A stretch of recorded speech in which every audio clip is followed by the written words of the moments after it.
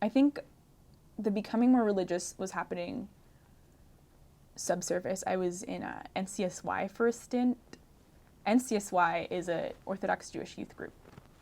I'm not Orthodox. I wasn't back then. I just sort of, they have these very good recruitment tactics. They plant themselves in public high schools and give you pizza and talk to you about, let's go on a trip to Israel and come to my house for Shabbos, like a rabbi would be. And it was great. I like made a lot of friends, and I got this free trip to Israel, and I visited my family.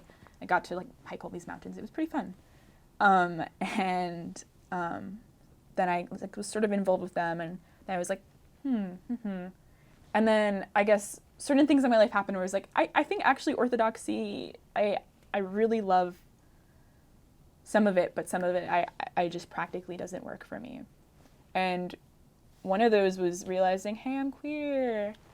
So that kind of made it hard. And also, so that was happening, and then I sort of like was like, okay, hot break on like taking a break on trying to become more from.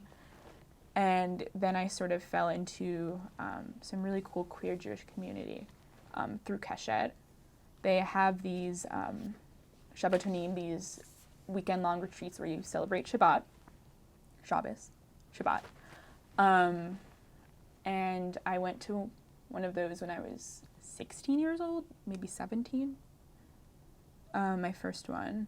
And it was really great. It was really, really fun. And there were so many amazing people. And I met some really, the people staffing there were these just incredible, like, queer, lefty Jews who, like, just knew so much about the world and, like, were so willing to, like, share their wisdom and advice. And, like, I like, have this very distinct memory. Like, my twin and another friend of mine, like, went up to this one person, was like, how do we become you?